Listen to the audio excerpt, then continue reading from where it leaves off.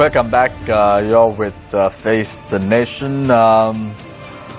Is it Volkswagen or Volkswagen? Now there is a problem. Let's start off the third round with Mr. Rusiripala Tendakon. A hoax indeed. Seems like it. 1 month ago, a fresh supplementary extension of an agreement was signed. Maybe the German ambassador or the deputy ambassador were not aware.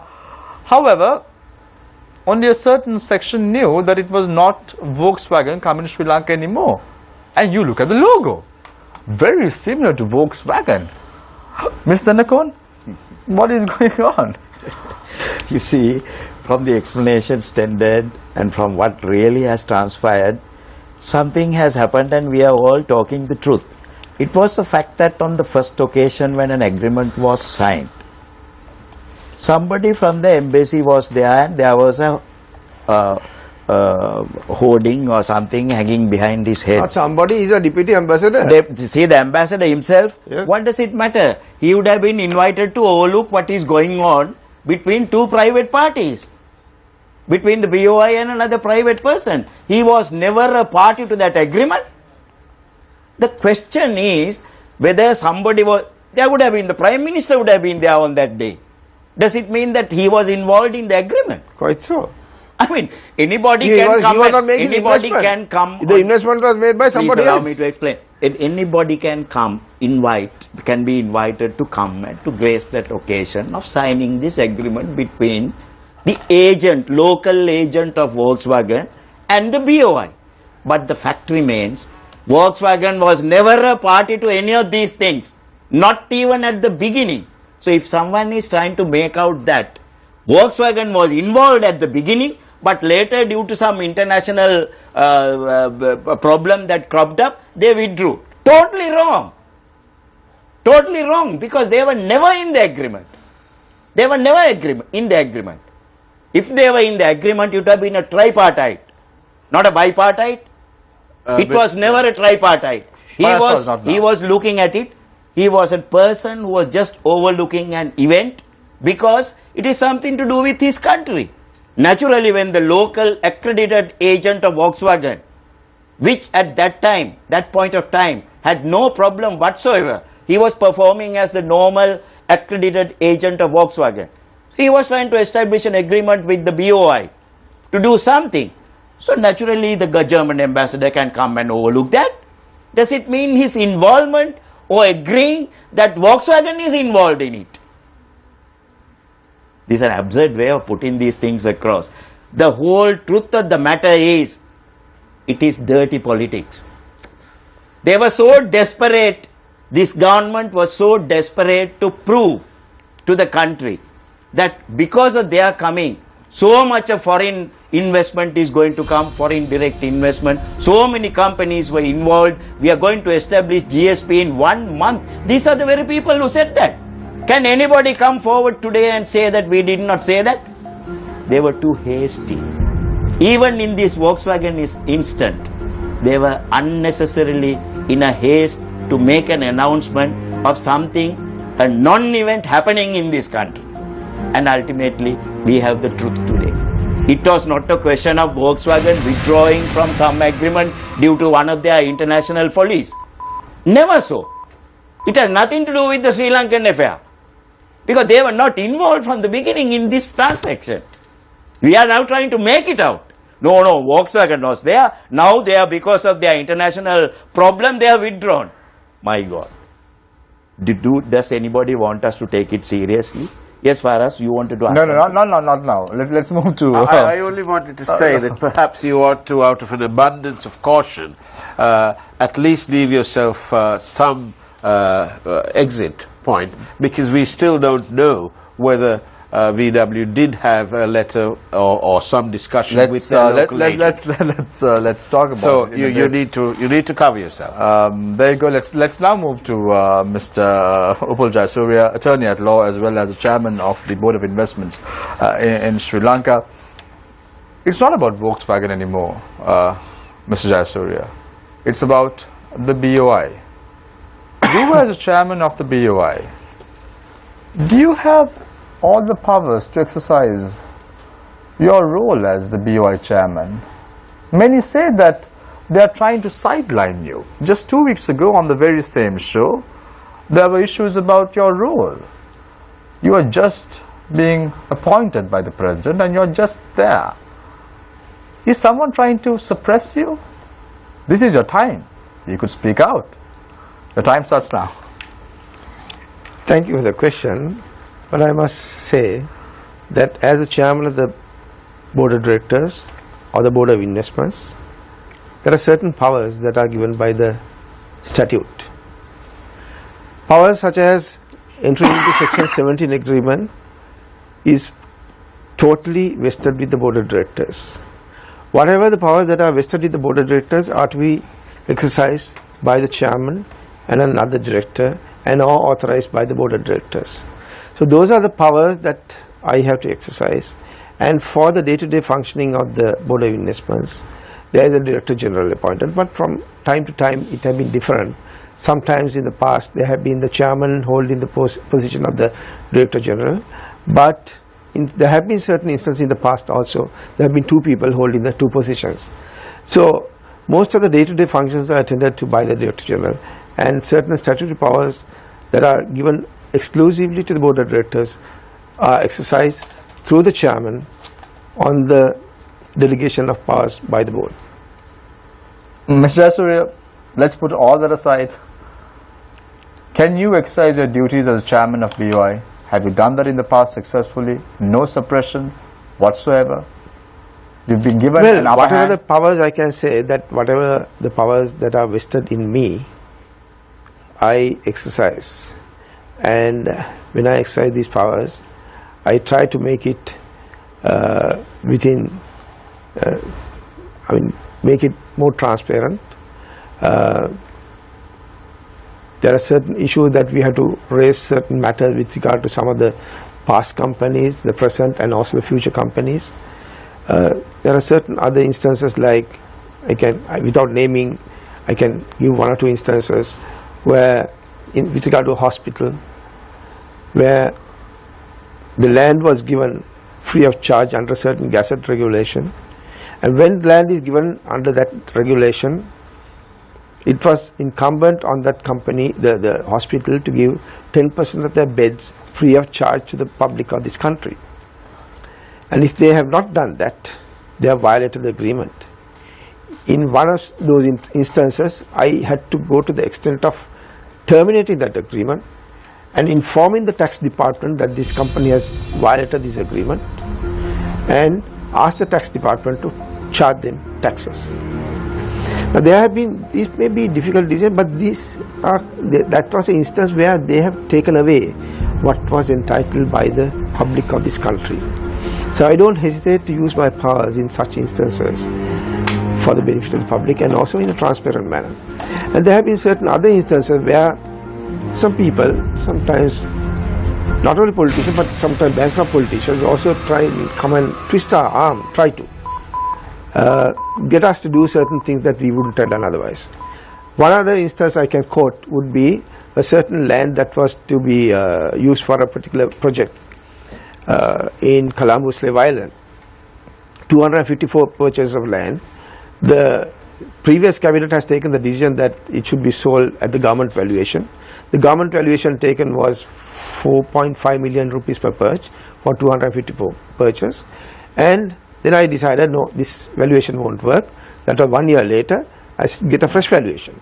The fresh valuation came to 5.4 million. That was nearly 1 million more than the original government valuation. Then again I found that this land there was much more valuable than that. Then to see, I called all the parties, the investor, the man who said that he had a lease, right? He had, by that time he had gone to courts and then got an enjoining order preventing the JDB who owned this land in transferring any part of that land to anybody other than him. But whereas he had only a lease for 24 purchase. Now then I called all the parties, including the investor and the man who said he has a lease and the JDB. I said, do you want to sell the land? Yes, you want to sell the land. What price?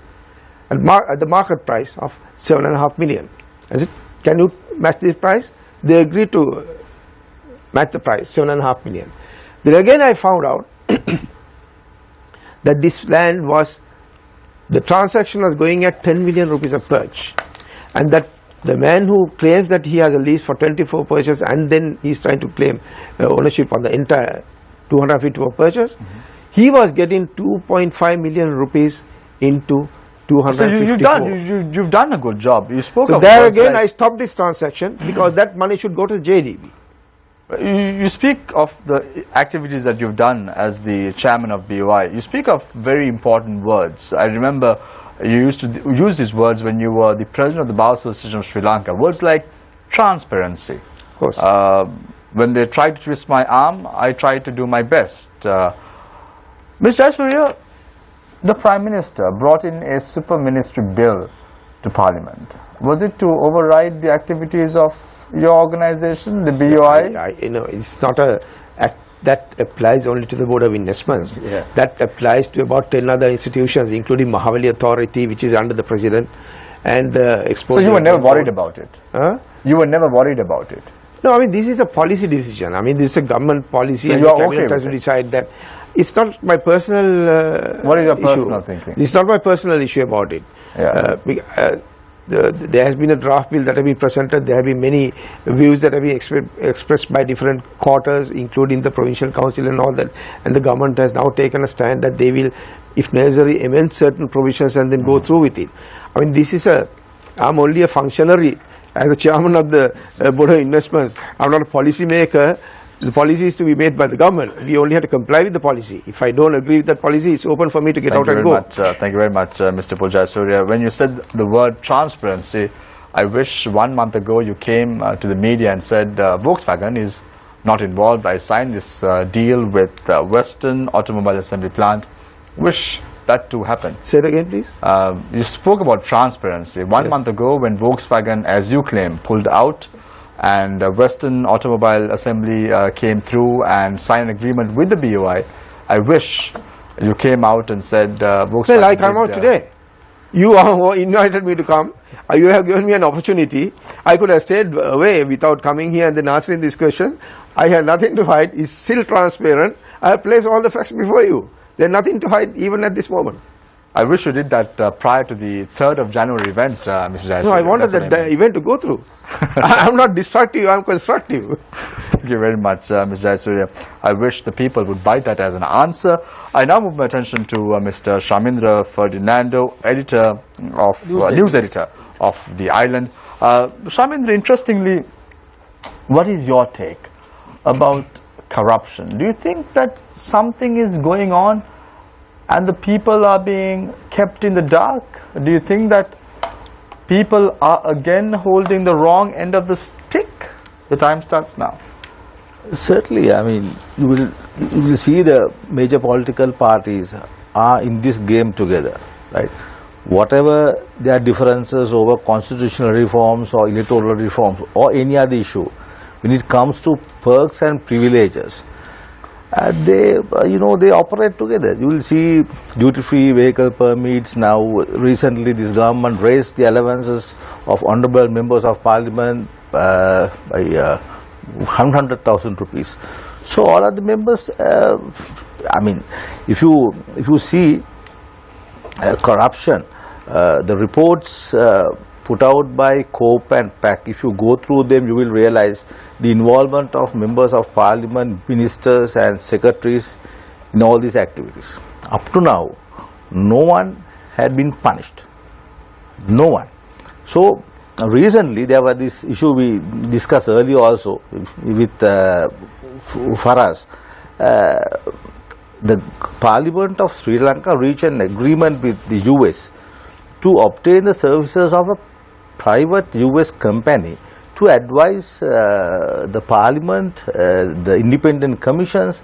So, I mean, after being in power for 2 years, this government needs private, advice from a US company to run the country.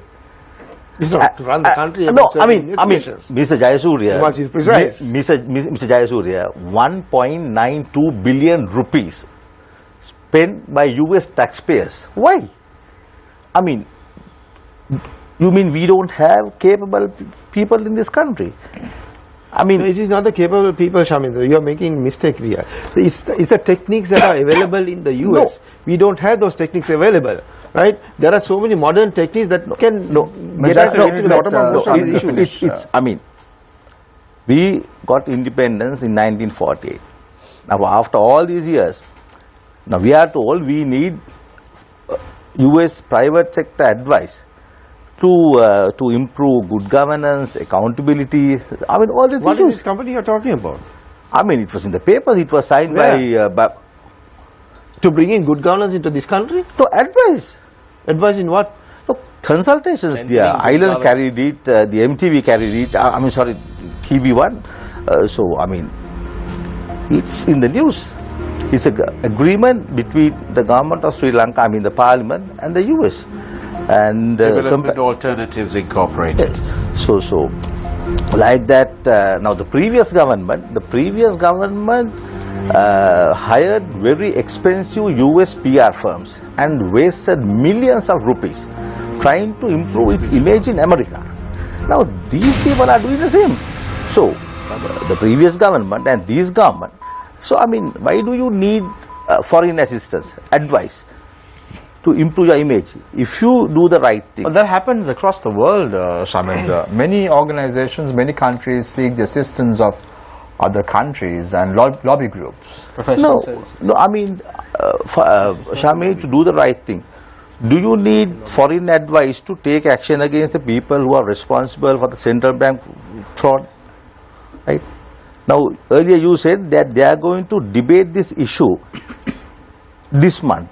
Now, this illegal activity took place in February 2015. Now, the parliament is going to debate it in January this year, 2017. So, do you need advice from outsiders? Right? You give the police and the judiciary a free hand, and they will do it.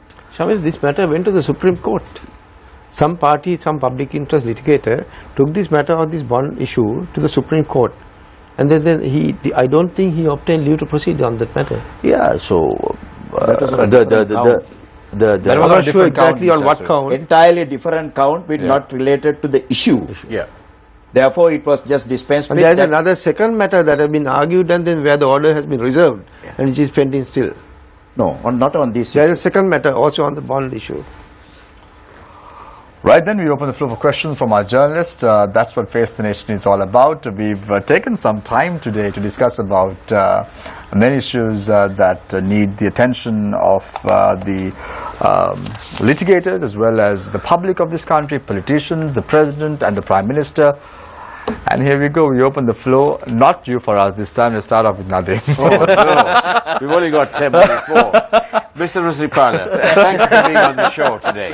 And with Nadim's permission, I'll ask you this question. What if I don't grant it? Thank you for giving me permission. Perpetual Treasuries Limited, licensed primary dealer, in compliance of their the requirements of their license agreement with the central bank, the licensing authority. The year ending 31st of March 2015, profits declared 987 million. 31st of March 2016, profits declared a little over 5.1 billion rupees, just under 5.2. And the accounts released recently and appearing in the Daily News on last Friday, 30th of September 2016. 6,815 million rupees, a grand total of about 12,987 million rupees, or just a tad under 13 billion rupees. Yeah. Is this unusual profits? It's definitely unusual. It's definitely exceptional, and it is not in keeping with the trends of this type of business under the regulations that are stipulated by the central bank. It could never have been possible for a normal operator with no assistance and support coming from inside, or some kind of I think by extending some kind of support from inside, to earn so much of profits. Therefore, all the primary dealers in this country, most of them about 90% of the primary dealers are shocked with the amount of profits that they have made, tax-free profits that they have made in these transactions. These transactions are marginal operations. This is not a question of buying something cheap and selling at a price. These are very marginal operations, keeping a small margin by paying interest to the government paying interest to the parties. They are keeping it and they are playing in a secondary market, which is also a limited thing. What has happened here? They have operated in a artificially created secondary market, which was made ready to buy with open hands at any amount, at any rate. And The Employees Provident Fund. right. Employees Provident Fund of this country has been exploited to the maximum for this private company to make so much a tremendous profits. And why is the governor of the central bank being so coy, and why is he not disclosing what the different the censorships that he's imposed? He says 2 censorships imposed on perpetual treasuries. Why is he not forthcoming? You're a former banker, you should know this.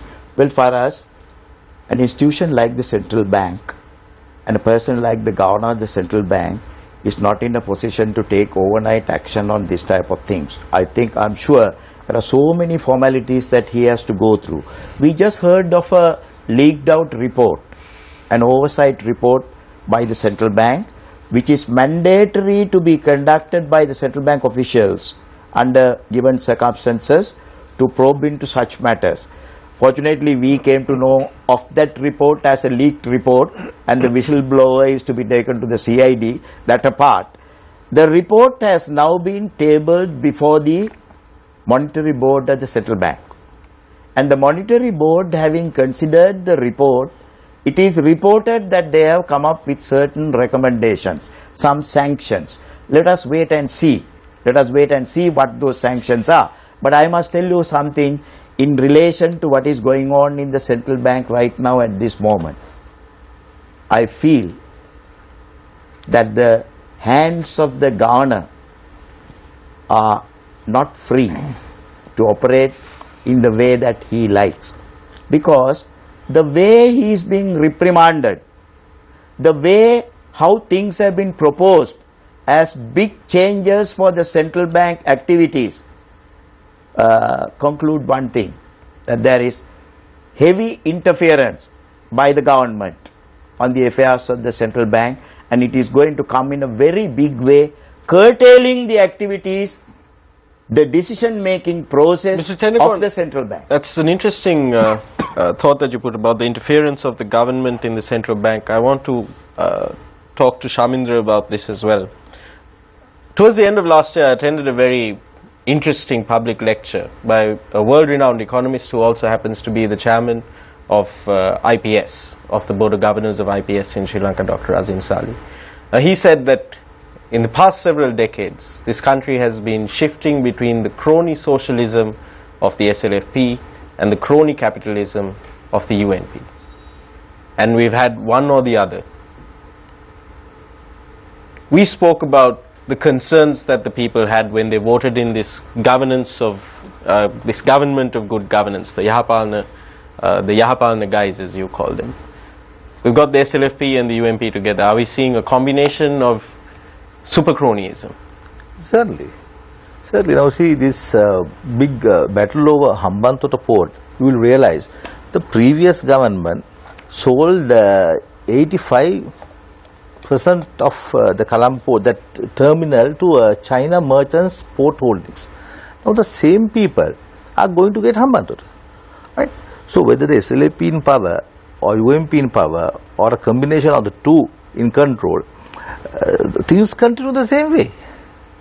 Now sometimes the JP also get together. Now this government, in the run-up to the last elections, the civil society, the embassies all got together, and actually this Volkswagen issue should be investigated against the backdrop of the German involvement in the regime change.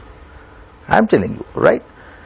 You know, in 2014, To be fair, December, though, again, Shamindra, to be fair, I understand your concerns, but several movements that did back this, the Yahapalana government, are now challenging the legitimacy of the government. For example, Venerable Madhulu Awesobithera's National Movement for Social Justice.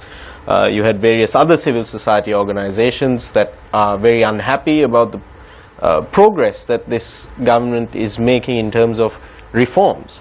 So it's unfair to ban them altogether and say that... no, see, when it comes to, they will raise issues, they will battle the government, but when it comes to the main issue, they will stand with the government, right? And what is the main issue? Now see, some of those people who backed Yahapalana rulers against the previous government, they propose foreign judges in this. Foreign judges. Some of the people who had been campaigning against the previous government are appointed, that they were appointed to decide on this, and they propose foreign judges. Some of them. They are the people who come on television and say this. But of course, they have a right to back They are entitled to hold their opinion. Definitely. That is their right.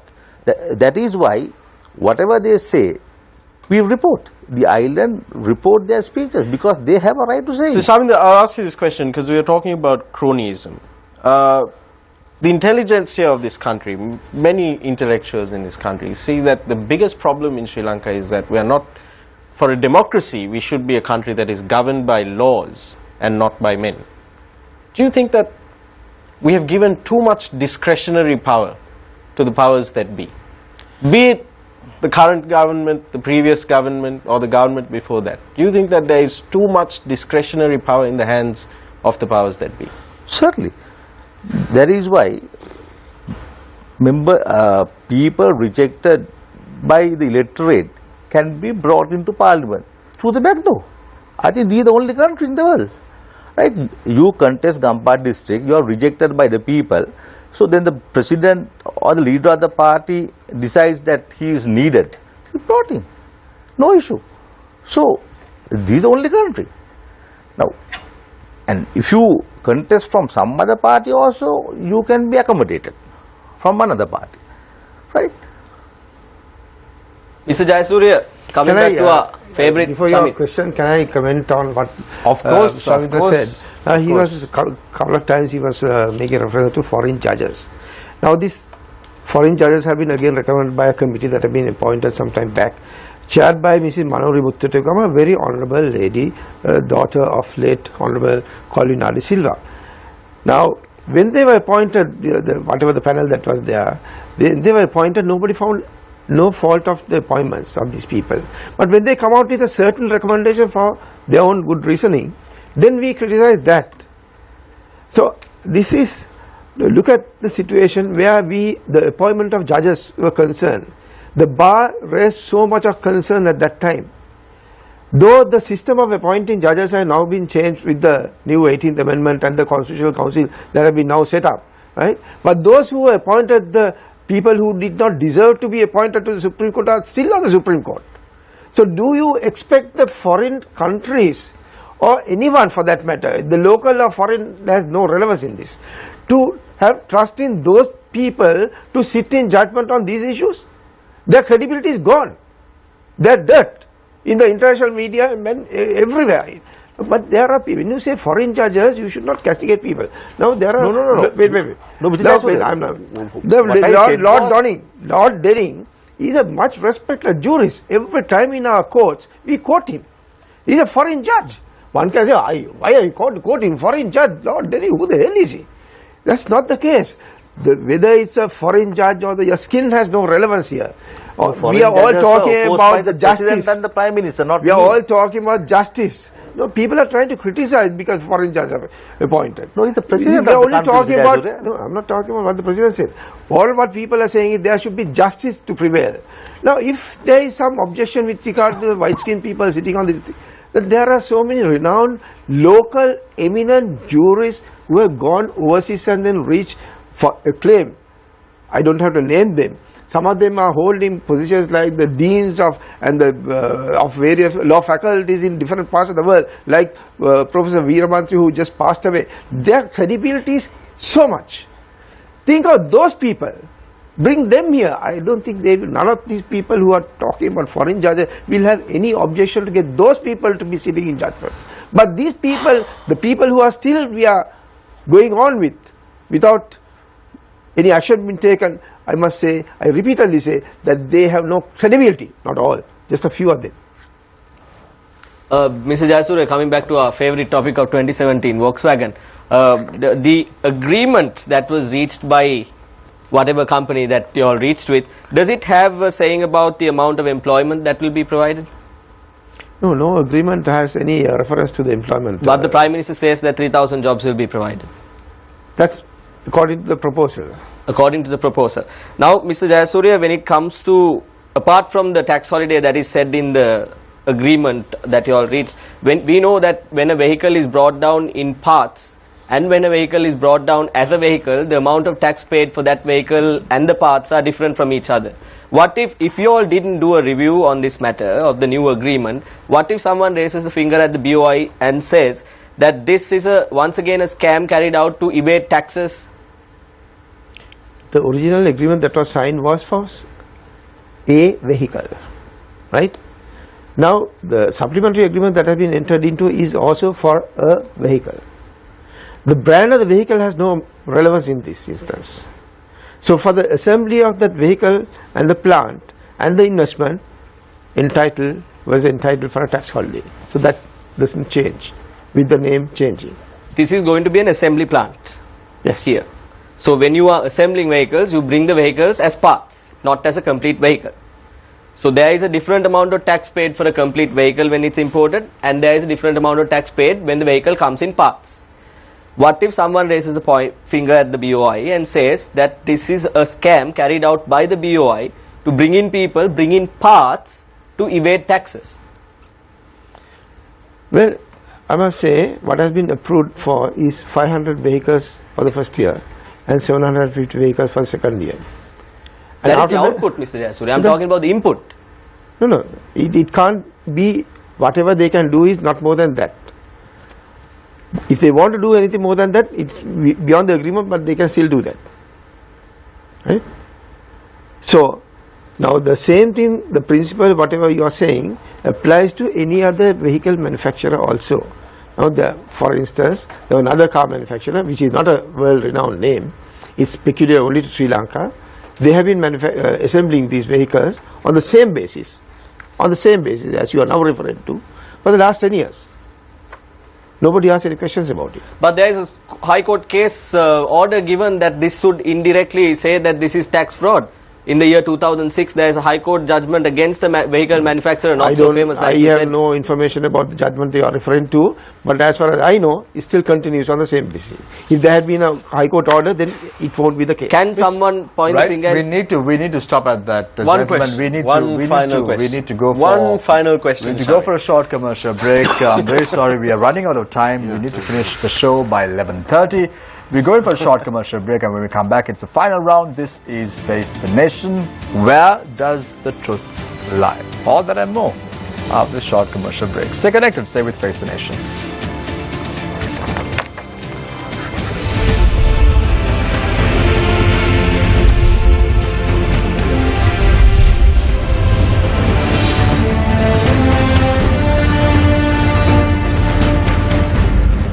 හොඳම දේ ඔබ වෙත ගෙනෙන TV1 තුලින් ජාත්‍යන්තර සම්භාවනාවට පත් පුංචි මනාලි VVIP සමග සරස්වතී චන්ද්‍ර නරඹා ඔබත් අදම TV1 ටෙලි 3 ජයග්‍රාහකයෙකු වන්න වටිනා ත්‍යාග දිනන්න සූදානම් වන්න මේ ඔබේ වාරයයි පිළියන්දල දෙදරන පෙරලිකාර සංගීත සංග්‍රාමය TV1 Purple Fest வாங்க மச்சான் தென்ன தங்கடா செட் வென்ன හොදවතන එක එක විදිහට රැස් විහිදෙන සුපිරි වසන්තය ශ්‍රී ලංකාවේ ජනප්‍රියතම සංගීත කණ්ඩායම් හතරම එකම වේදිකාවක Sampalawa flashback, speed, sanitapa.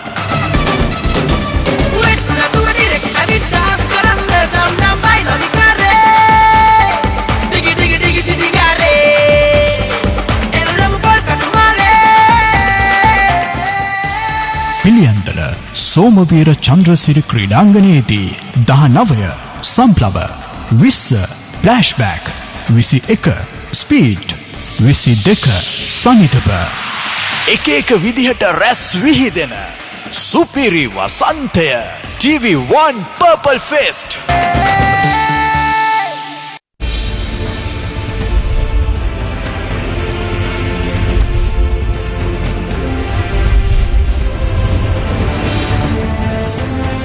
Welcome back. This is Face the Nation. We are on our final round. Let's start off the final round with Shamindra Ferdinando, news editor of The Island. Shamindra, 2017, is it bleak? Is it good? Is it bad? Are you bullish about Sri Lanka?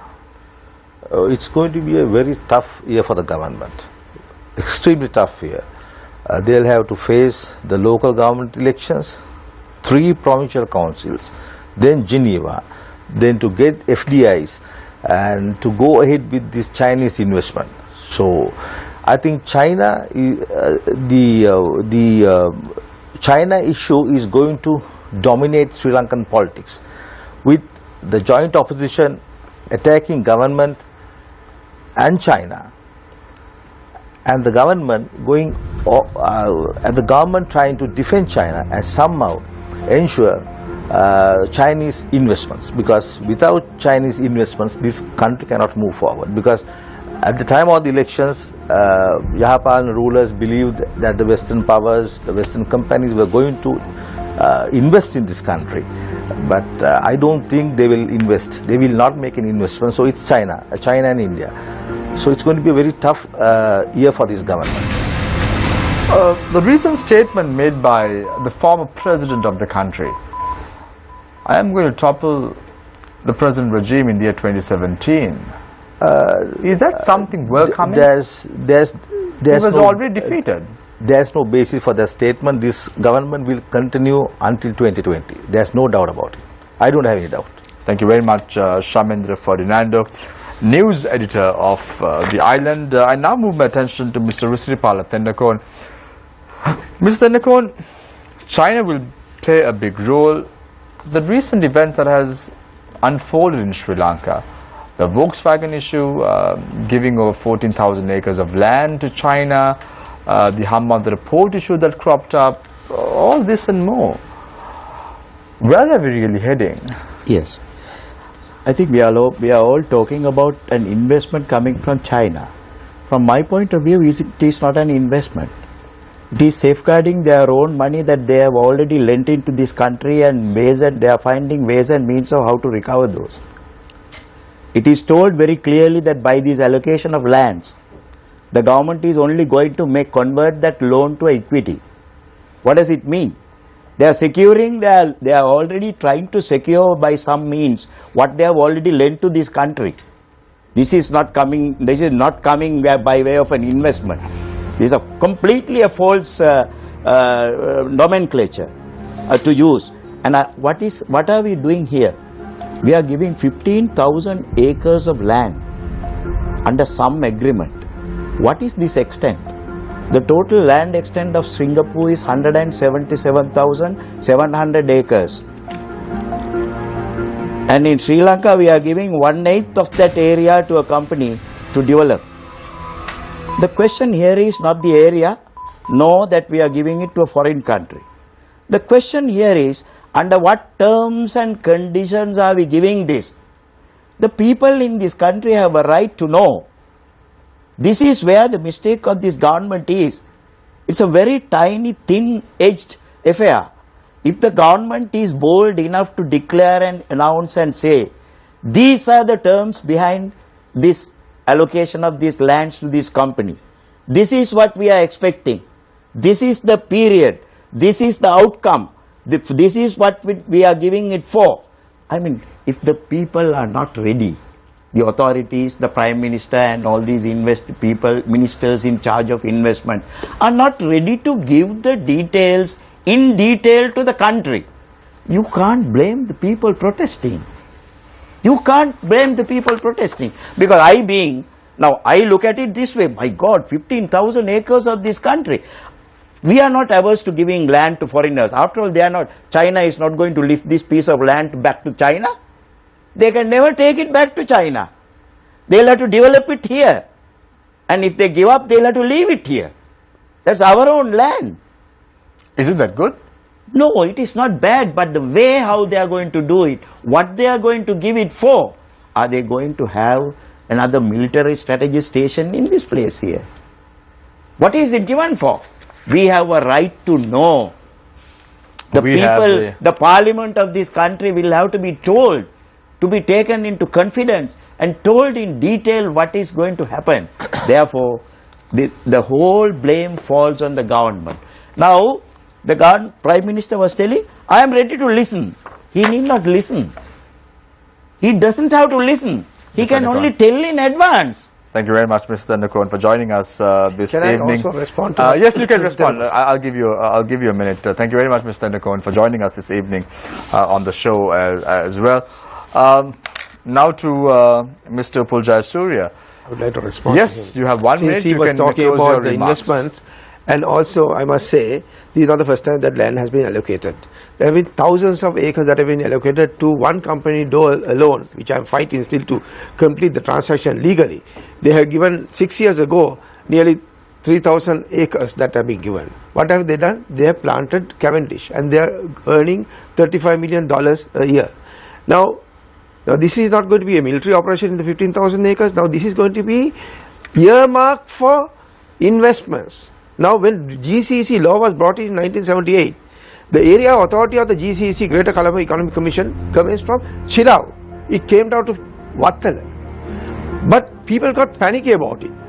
People are talking like what he's talking today. What is it going to be done? Is it going to be given to Suddas? Are they going to take it away and then are we going to lose this land? No, nothing of that sort happened.